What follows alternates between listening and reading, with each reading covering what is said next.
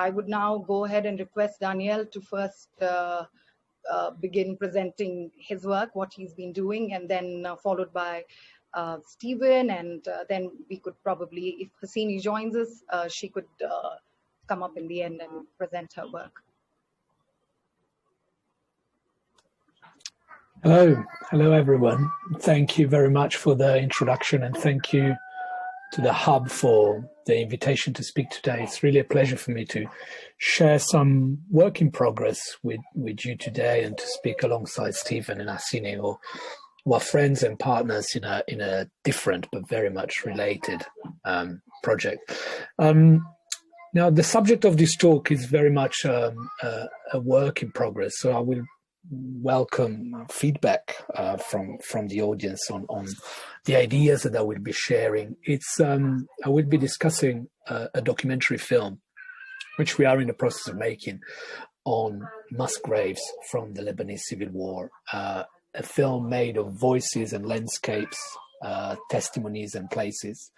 And the film is part of a wider project led by myself for the UK and Dr. Carmen Abu Jaudi in Beirut for Lebanon, funded by the British Academy. So I'd like to acknowledge the funder here.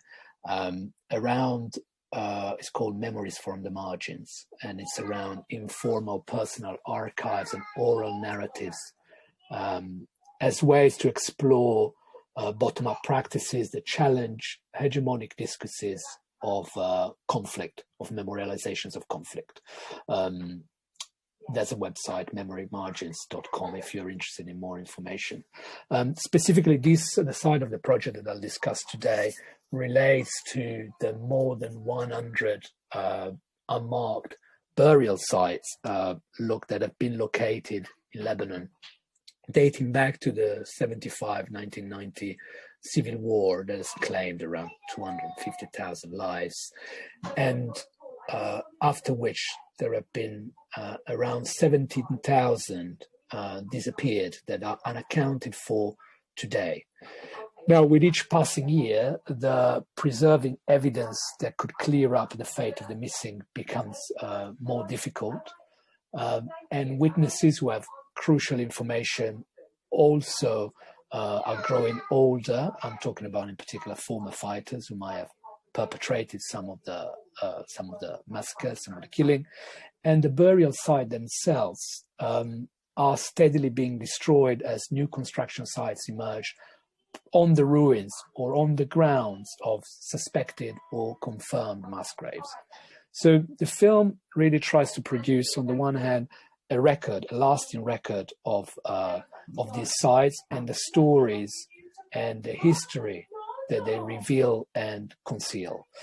It does so by using information developed by mainly civil society, because the state has not really done any work around this issue, and by working in partnership with an NGO called Act for the Disappeared, which is one of the few NGOs that have done work on burial sites, on mass graves. The sites are obviously often very sensitive, politically very sensitive. They're either under threat or already been lost to new residential and commercial developments. And therefore, the production of a record around these sites is of particular importance precisely because they could reveal something of the fate of the 17,000 disappeared, a dossier that remains opened and for which there has been so far no resolution. Not only were these individuals' lives taken away anonymously, meaning no one claimed their deaths, but their deaths and the memory of these deaths were also eliminated, precisely because they were then laid in unmarked burial sites. And the victims were therefore subjected to what one could call forms of asocial death, death robbed of its meaning as the end of a fulfilled life. Because of this context, the film relies mainly on the power of landscape. And so it reuses landscapes and accounts of witnesses to bring back to visibility that which lays beneath the surface. Now, Lebanon, unlike other countries that have witnessed similar moments, periods of violence, such as Peru, Guatemala, Bosnia and Herzegovina, have no exhumation, but two have ever been carried out. So exhumations, remains have not been exhumed, and the state, or the post-conflict state, has not really embarked in any process of accounting and even locating the mass graves. So exhumations have only taken place in a handful of cases, mainly when they involved foreign nationals, British nationals, for instance, or French nationals, under pressure from foreign governments, the French and the British government. And exhumation of mass graves remain a taboo, an issue that is rarely discussed, and around which there really is very little accountability and transparency. And why are exhumations so opposed? Well, because, of course, they would open up the space for new representations of past events. And of course, because the state fears an uncontrolled recovery of the past, one that would, of course, by recomposing the shattered intimacy between the body and the name, would force the resurfacing of a discussion around not only the civil war, but the transition to peace.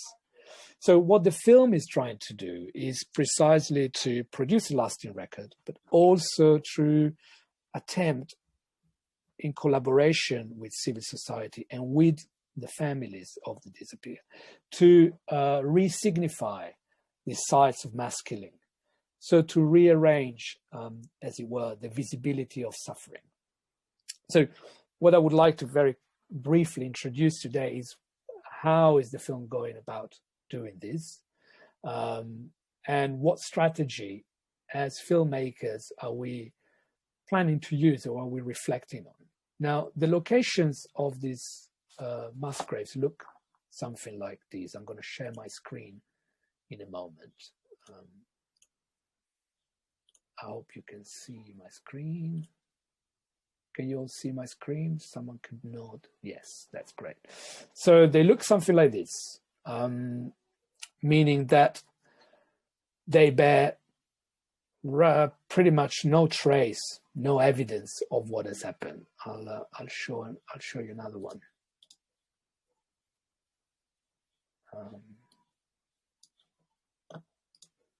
Yeah, I hope you can see. So when we visit these locations and we make images of these landscapes, we don't really see very much.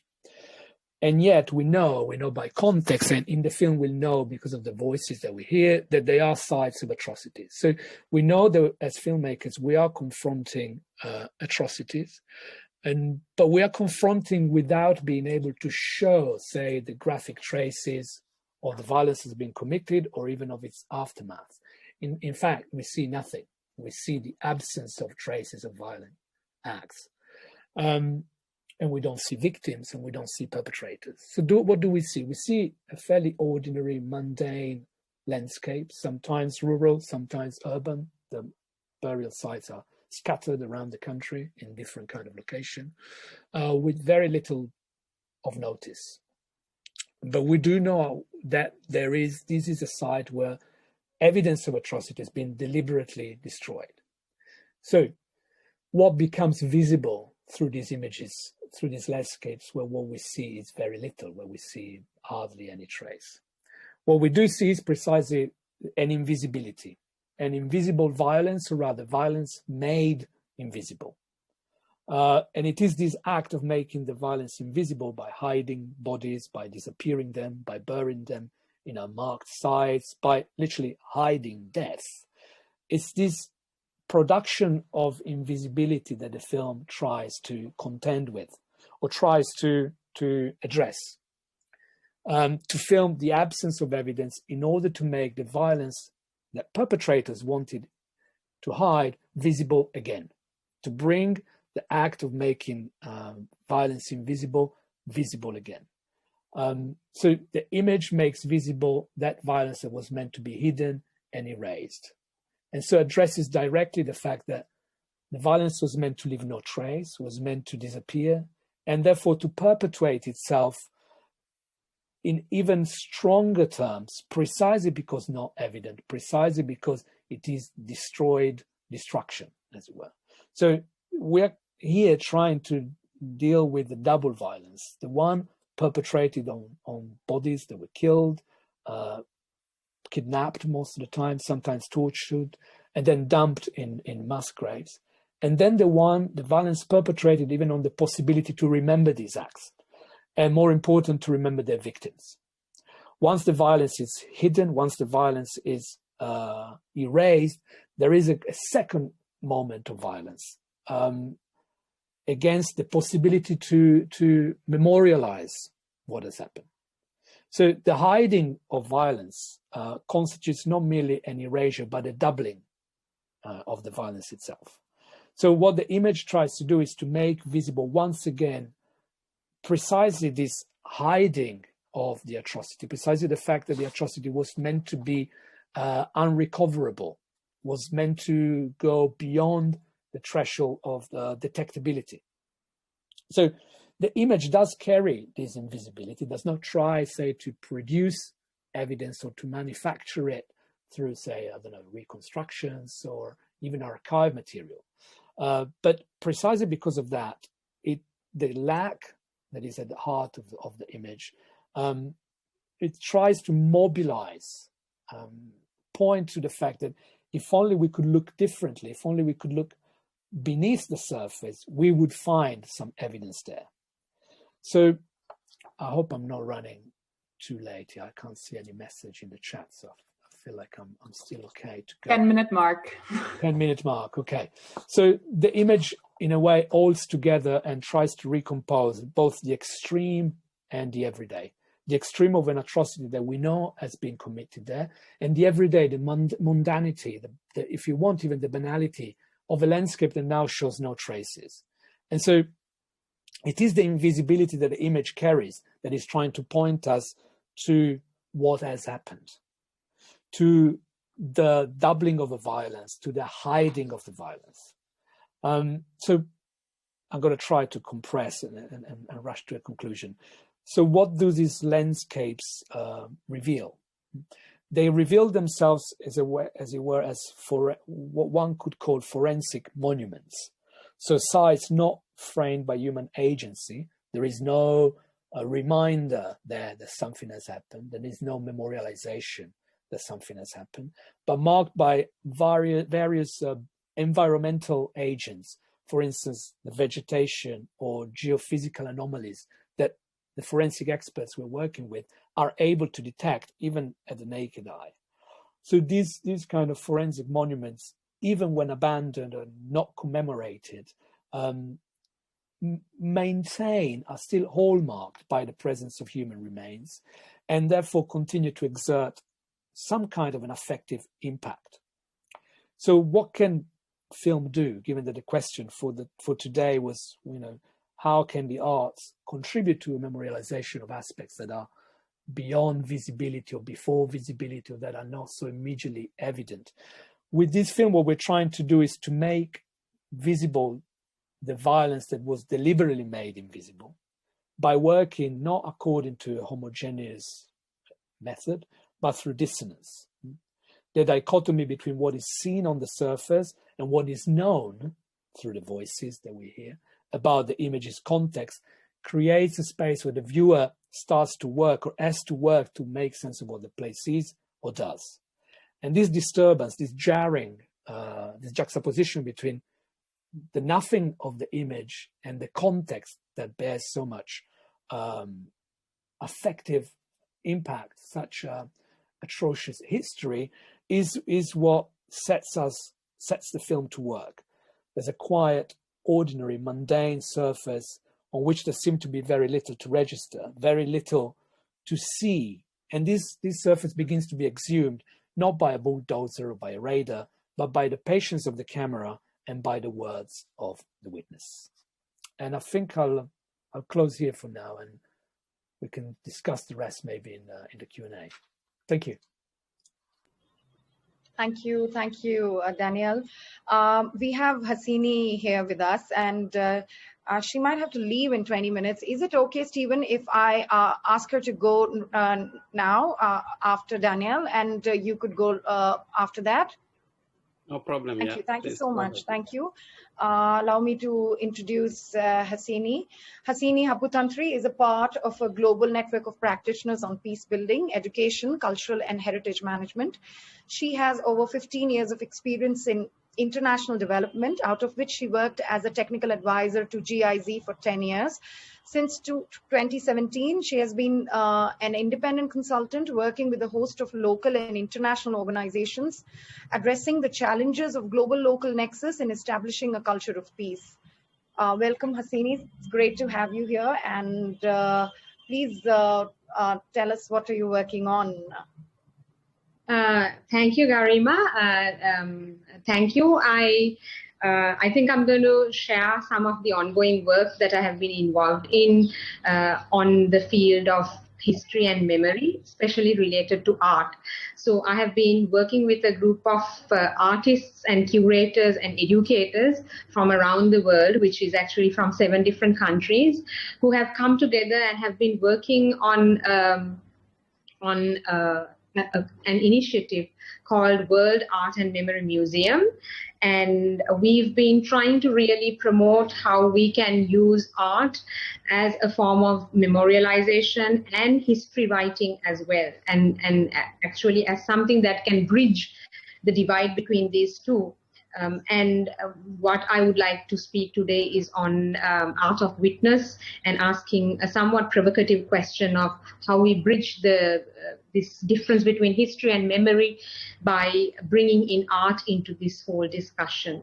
So if it is all right, may I share the presentation and start with it? Yeah? Okay. Yeah. Let me try to share the PowerPoint. Share screen.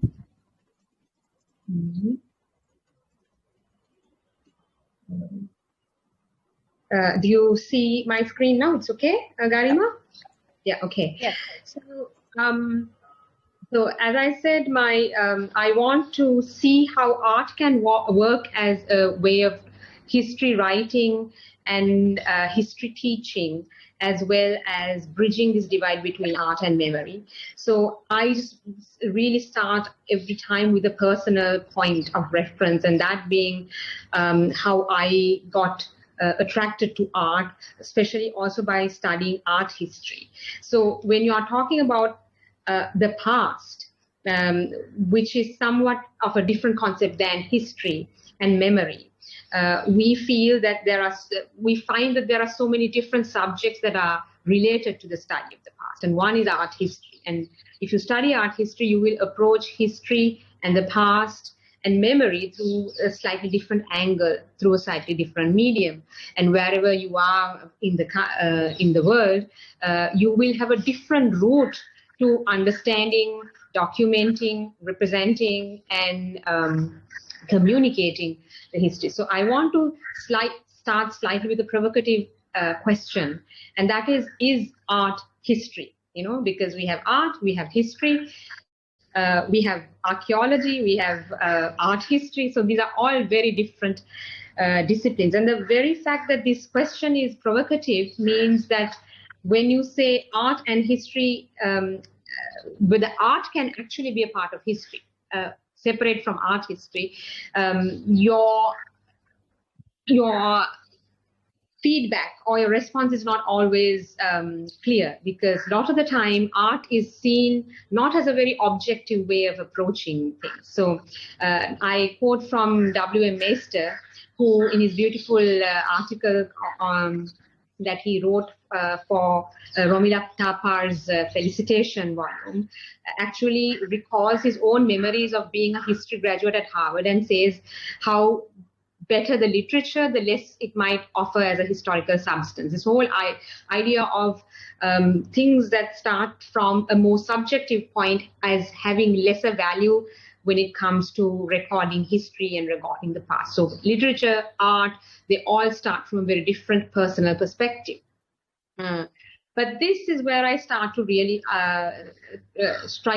address the whole idea of objectivity, especially, for instance, how we can be really objective when we are recording things, when we are writing things, especially history.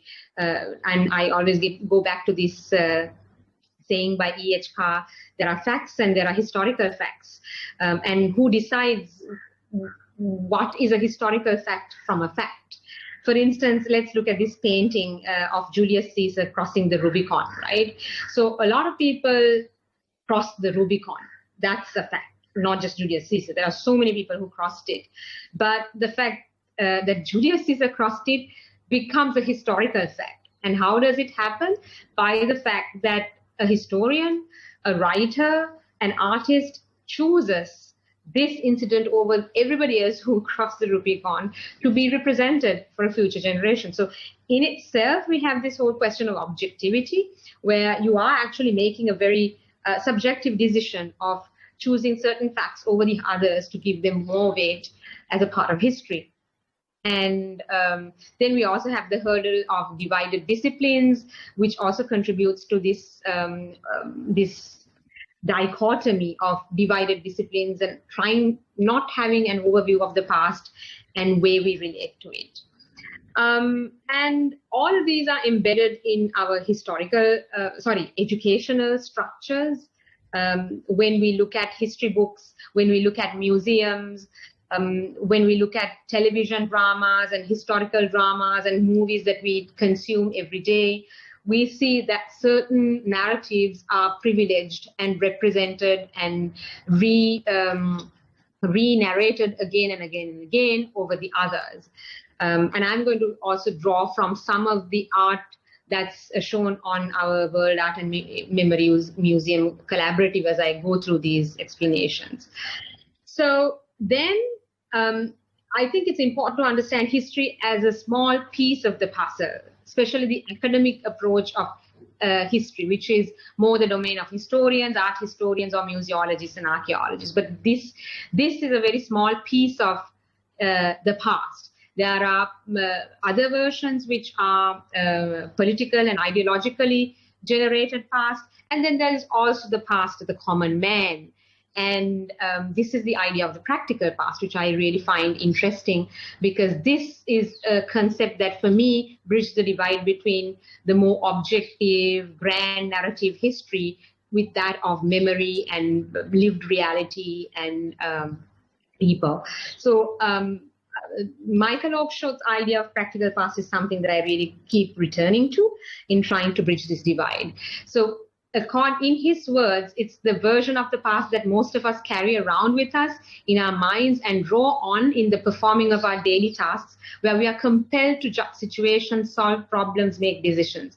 It is made up of all those memories and illusions, bits of vagrant information, attitudes, and values. So practical past is something that is a functional version of the past that all of us carry within us. It's made up of fairy tales that we would have heard as kids, murals that we've seen in our temples or churches that we visited while growing up, what we consume on television, and history books and textbooks and museums. So it's made up of all of this, which is functional for each individual in a given moment.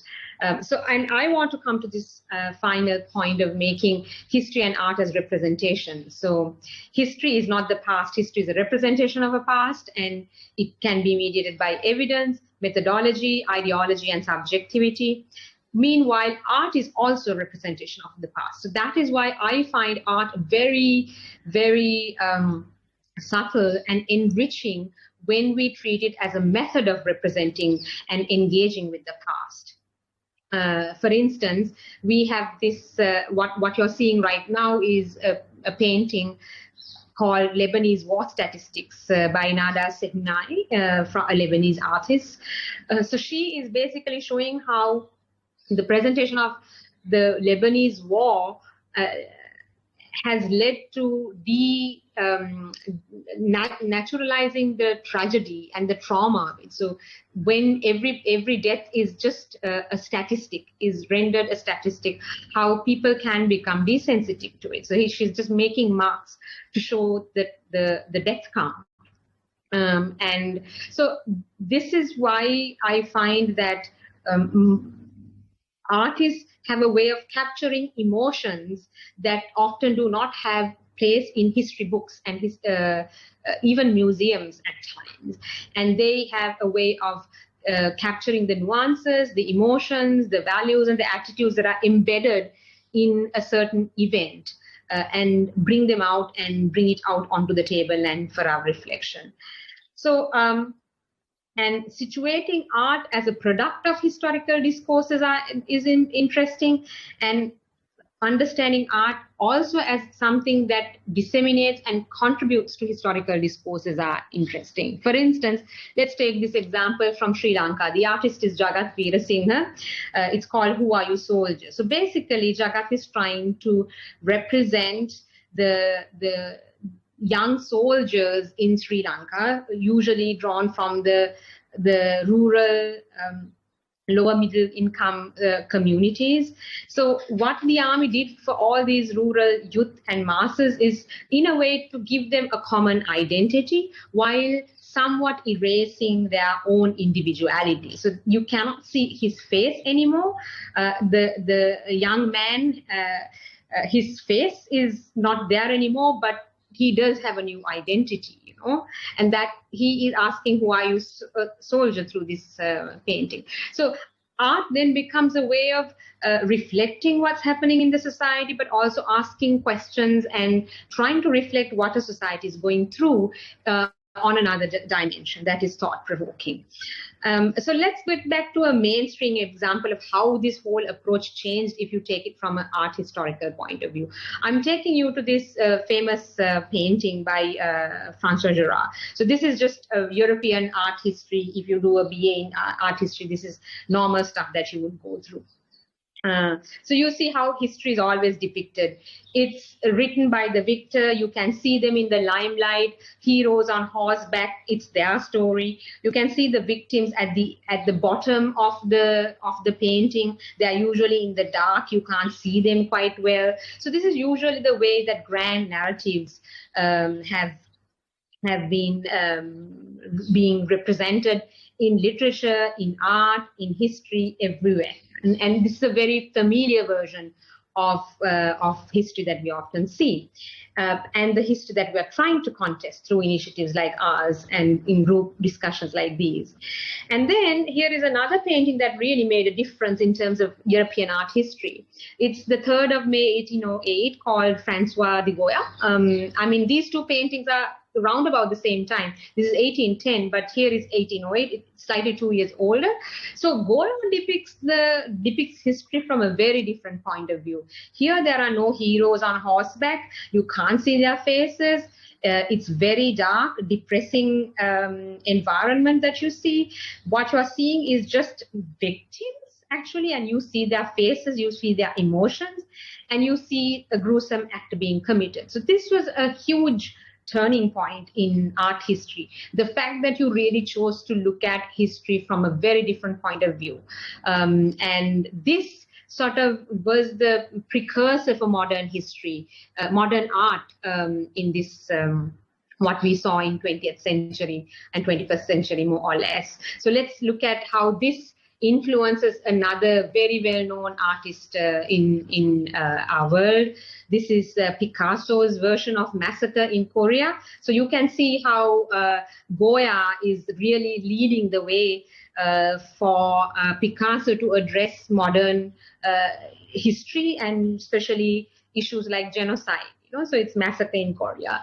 And you can also see the relationship this has to his very famous painting Guernica. So this is how I'm just giving you a very mainstream example where everyone can relate to this. And now I just want to give you a few examples from the artists that we are working with from our initiatives. By the way, how much time do I have, Garima? Like maybe 2 minutes, 3 minutes? How am I doing? You're already on 12 minutes now. In fact, over 12 minutes. I was about to actually ask you, is it possible if we could wrap this up in another 30 seconds to 1 minute? Because I have to then give time to Stephen, who's next. Yes. Yeah. So what I would advise you is to take a look at some of the paintings that are being depicted in World Art and Memory Museum. It's www.wammuseum.org. You will find more information there. I'm not going to explain any of them. I'm just going to show you some examples of them. So to wrap up, how do we move towards a history or a version of the past that matters and is inclusive of memory of different versions and gives us a space to question and reflect? And art can make a huge contribution towards this end by recording not just fact, but also emotion, and thereby foregrounding empathy and critical attention. So that is basically what I really wanted to focus on. Thank you. Yeah. Thank you. Thank you so much. Up next, we have Stephen, and to all those who have joined us a little later, I would quickly tell you, Stephen is Director of Amani Institute, Uganda, and he's currently Senior Advisor, Legal and Constitutional Affairs at the reconstituted Joint Monitoring and Evaluation Committee in Juba, South Sudan. And he is also the co-investigator on Beyond War Compensation, Gender Justice, Livelihood and Rights in Northern Uganda. And it's a collaborative research project being undertaken with the College for Humanities and Social Sciences at the Makerere University. Stephen, over to you. Thank you very much, Garima. Thank you, everyone. Good morning, good evening, good afternoon, wherever you are. I welcome this opportunity to share some insights on the work that Amani Institute Uganda is also doing at the moment, alongside our core hub project with Makerere University, the Beyond War Compensation. Today, I want to reflect a bit on a very new project that we are undertaking under the Performing Violence and Gendering Change project with the gracious support of Danielle Hugo there. The project seeks to revisit, analyze, reproduce in video, and translate two very interesting local songs performed in Nanga. Nanga is a harp, an 8-string musical instrument, which is very common in Acholi, alongside the other musical instruments that we have. And Nanga is special because it is taken as a notebook or a journal that is used in Acholi to record historical events which are very significant at personal and community levels within Acholi. This particular project that we are doing is inspired by our ongoing project that we call Acholi Oral History Archive, or ACOA project, known locally as Abogalam. Abogalam is basically to say it's difficult to narrate the story. You need to have experienced it. You need to have seen it. You need to have heard it to be able to appreciate some of these significant events. And as a result, Amani is collecting, documenting, and preserving oral narratives and history, including Acholi literature, Acholi songs, interesting photos, and artifacts. As we speak now, we have about 300 local songs that we have archived in our database. And why is this important? In relation to the war, or the over 2-decade conflicts that happened in Northern Uganda between the Lord's Resistance Army and the government of Uganda, I personally and the Amani Institute as an organization, we feel very strongly that this war is one of the most misunderstood war in history.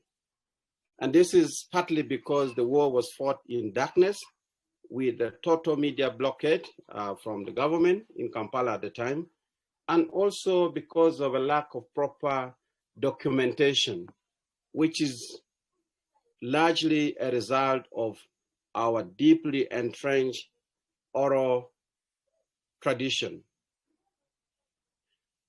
Even though there's been a lot of research that has already been done in Northern Uganda, mainly by external researchers visiting the region, some of the problems that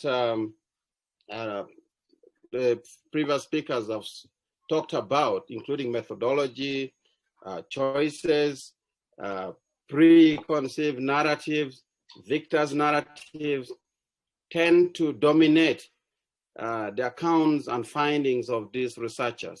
And a lot of hidden uncommon narratives, which are a reflection of what the people actually went through. And these do not feature in many of the research that have been conducted in the region. And as a result, they are missing in the dominant narratives. And a lot of time, these oral narratives, which are lived, experienced, and shared through stories, through songs, through proverbs or recitals in nangas, as opposed to writing down, tend to either disappear or get lost in translation over time, which are some of the dangers of oral narratives tradition. And in Acholi, for example, the elders and even the artists tend to speak in proverbs, what we call charolok, or in recitals, what we call luod. And as a result of that, you need some very careful interpretation to really get the deeper meaning of what the elders are saying or what the artists are singing about. And many researchers miss this as a result, because they come for a few days, months, and they tend to use translators. And as I said, a lot is lost in translation.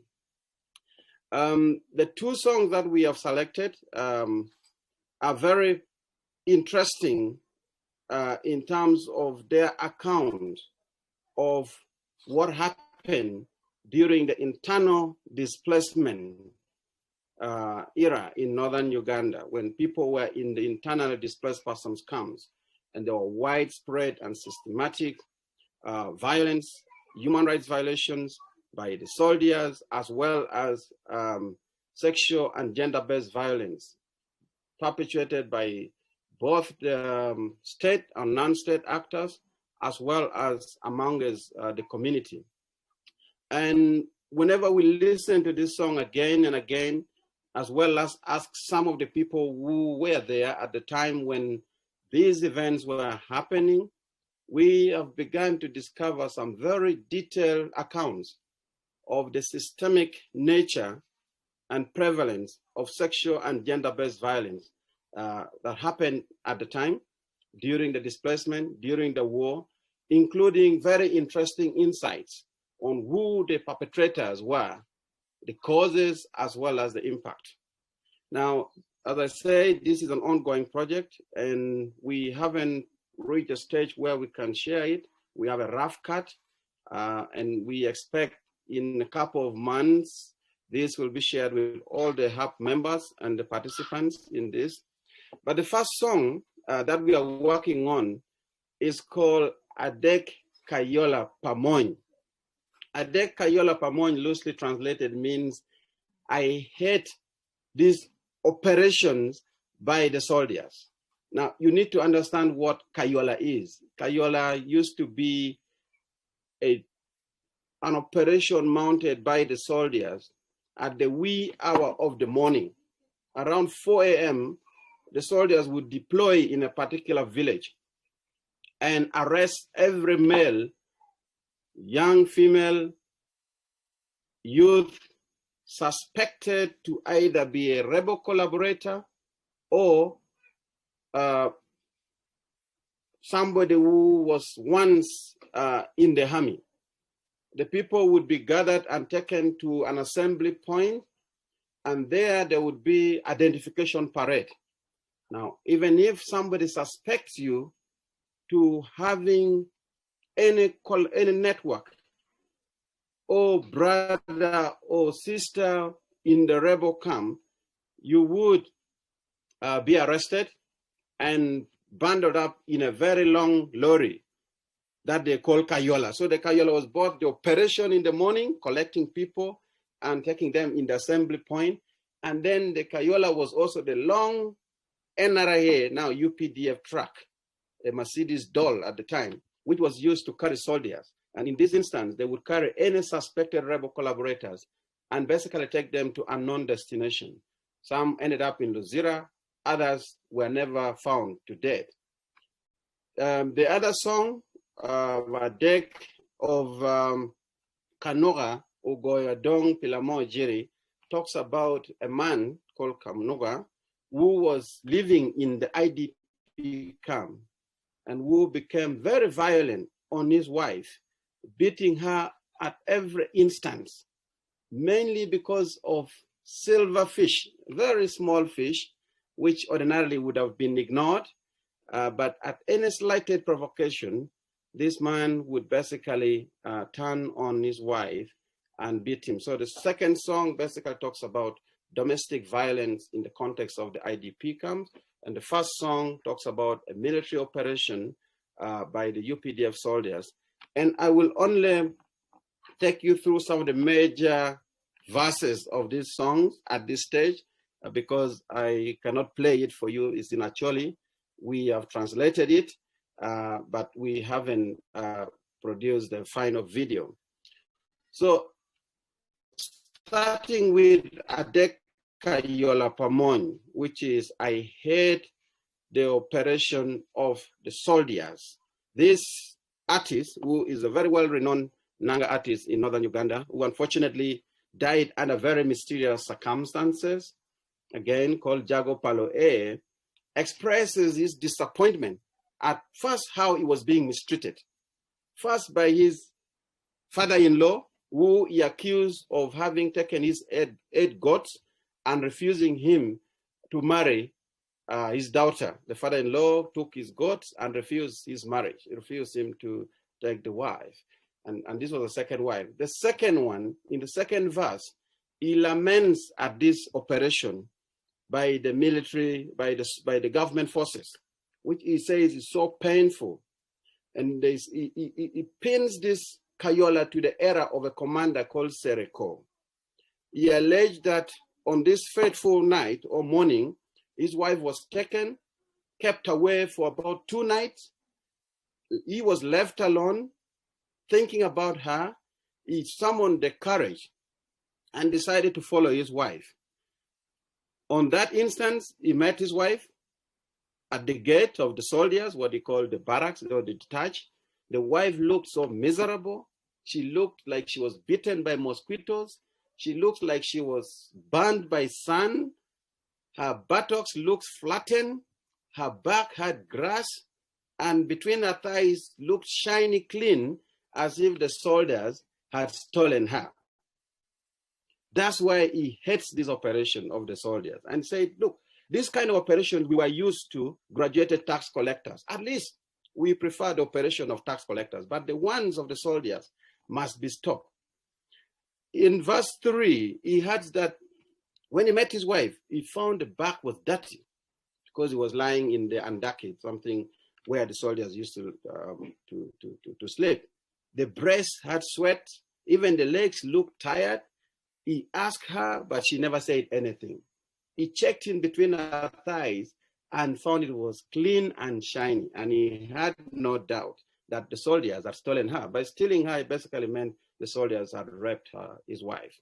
In verse 4, he complains of the other atrocities that the soldiers had committed. He said, his chicken were full in the arch, but he only got the feathers because the soldiers had taken them all. He had goats which were full in the shed, but he only found their footmark, as all were taken by the soldiers. He asked, why do this?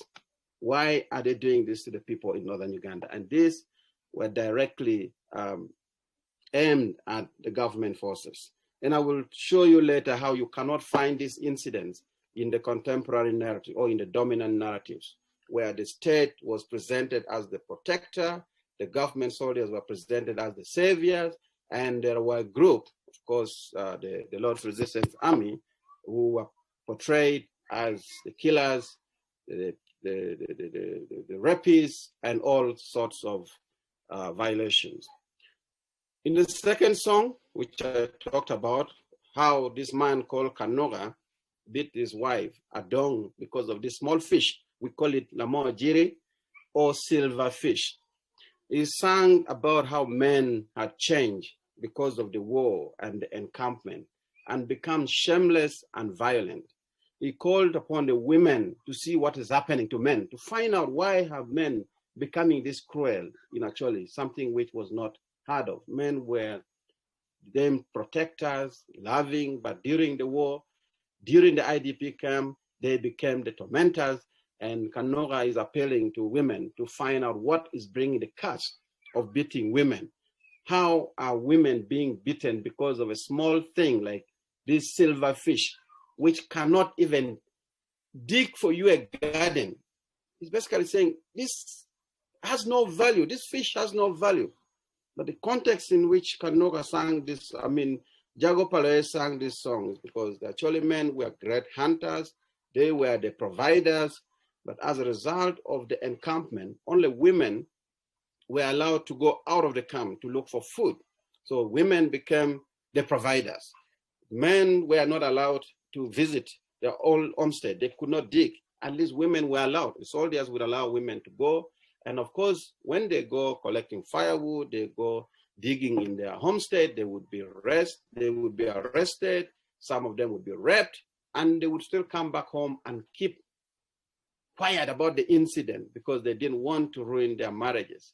So Adong, the lady in question, the wife of Kanoga, was beaten for almost every slight provocation because of maize, because of silverfish, because of beans, and the neighbors would hear her crying every time about something to eat.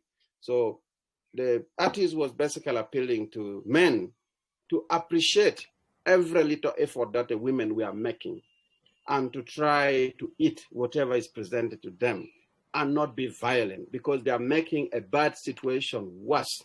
In fact, in the song, there are also lyrics about what was happening to men themselves.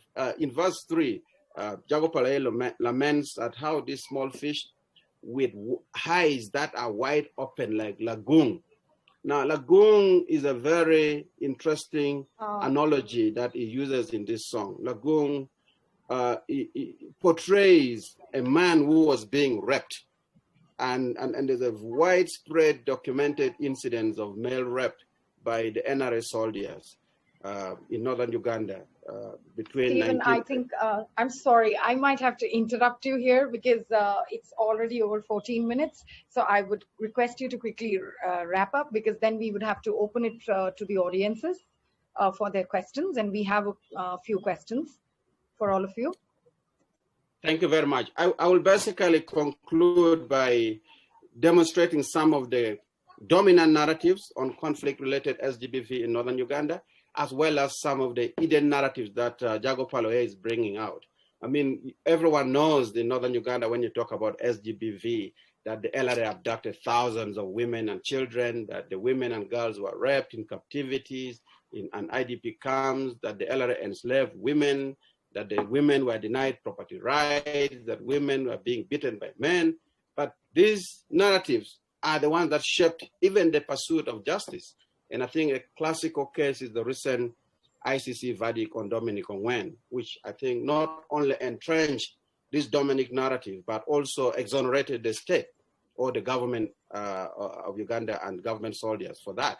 The verdict therefore legalized the dominant narrative of the LRA as guilty of all these forced marriages, torture, rape, sexual slavery, enslavement, forced pregnancy, outrages upon personal dignity, but said nothing about the violence perpetrated by the state. So very little is known about the fact that the state or government forces equally committed all, if not worse, some of this SGBV against both men and women in Northern Uganda. Thank you very much. I will respond to, I'll add more during the Q&A. Yeah, we hardly have time left for it. We only have maybe 4 minutes, and we have a few questions here. Daniel, there is one question from Dr. Neelam Raina for you. How do you place this in relation to transitional justice and its relevance and applicability to Lebanon, especially in contrast to how there are mass burials in developed world, example being Canada? And there is another question from Marta Mendes. Thank you for your presentation, Daniel. How have you tried to incorporate the concept of spectralities, not their invisible beings, but existent nonetheless, in the making of the documentary you told us about? These are two questions for you. I have one for Stephen as well. I hope I'm able to take that, and one for Hasini, but I don't know if she's here. How long do I have to answer? Oh, well. 5 seconds, 10 seconds. No, 1 minute, maybe 2 minutes. So in terms of transitional justice, so part of the work we're doing is a kind of action work, meaning that research action, because Lebanon has just established a national commission for the disappeared. The work of the film and the evidence that the film will gather will be made available to the commission as and when. But in particular, by making a record now, whatever destruction occurs in the next few years before the commission gets to work on the dossier, the film will be able, in a way, to contribute and to be used as evidence despite or regardless of the destruction that happens in the meantime. So there is an important element there of contributing to one of the pillars of transitional justice, at least, and that is that of accountability, meaning something has happened here. We can show you that this landscape looks like this for a particular reason. So this is a very brief answer. The question around spectrality, yes, as I hinted already in the chat, it's one that is very important for us because, of course, the invisibility we talk about, the invisibility that the image, that the film tries to incorporate rather than do away with, has also its own materiality. In particular, when erasure is the result of a deliberate action, it becomes material. It is still there, as it were. And we are trying precisely to address that, to address the fact that the fact that you can't see anything in the landscape is the result of a deliberate action. So the invisibility has built itself into the landscape, into the way the landscape looks. The lack of traces, the absence of traces, is not just the result, say, of time eroding or cancelling. It is the result of a deliberate action to conceal. So it constitutes itself into something material that you can see in the landscape. I hope this goes somewhere near that. Yes, I think that was, it could be as short as this. I think you could go on and on this. We have a question for Hasini, but she's not here, but it was a relevant one. If somebody could, how can we exhibit and get involved in the WAM Museum? So maybe if we could pass on her email, you could write to her Biscayne. And now for you, Stephen, we have two questions. I'm just clubbing them together. One from Mario Gomez. He says, memory work and art dealing with memory probably has to engage with victim expectations. Does this raise an additional challenge? And how does one manage these expectations? And another one is from Josephine Hekir. And the question is, Stephen, how can we use these stories? How can these stories be used to create momentum for transitional justice and return to social relative cohesion? So I'll wrap up after this. I'm sorry, I cannot take any more questions. Thank you very much. I think I'll start with the second question. How can these stories be used to create momentum for transitional justice? I think Uganda, unfortunately, has been piloting or experimenting transitional justice without without any significant transition per se, and the same actors are very much in charge, or at least available and obstructing at every opportunity progress towards transitional justice. A policy process was hijacked and not much has come out of it, except for anecdotal attempts, both at the International Crimes Division, the ICC, as well as local community initiative.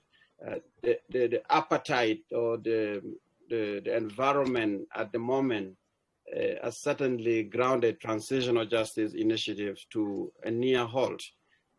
What can happen is this kind of creative attempts to preserve the evidence, to document, and certainly whenever an opportunity arises, there will be plenty of justification for looking back and dealing with some of these unaddressed legacies of the violence. On the question of how to manage victims' expectation, that remains an enduring challenge in all transitional justice initiatives, whether international criminal justice, whether local trials, whether community documentation like we're trying to do. And certainly one way is to engage them and be very honest that we are putting a piecemeal here, doing what we can in the circumstances, hoping that gradually there will be a critical mass to demand for justice, and that will happen. Thank you. Thank you. And with this, we wrap the event. Thank you so much. Thanks to all our speakers and audiences. We would also request you to follow our Hub Twitter page, which is @GCRF Gender Hub, where we would be making the recording of this event available first and on our YouTube channels as well. And our next public event is tomorrow, 29th July, 1 p.m. That is British summertime, and it is on Colombia Today, a balance of where we are, what has been achieved, and what are ongoing challenges from the perspective of policymakers. So please do sign up for that. Thanks again. Thank you, Daniel. Thank you, Stephen, Becca, Evelyn, everyone at the GCRF Gender Hub. Hasini, thank you so much. And what a learning experience for me as well. I really thank you all for this opportunity. Thank you so much.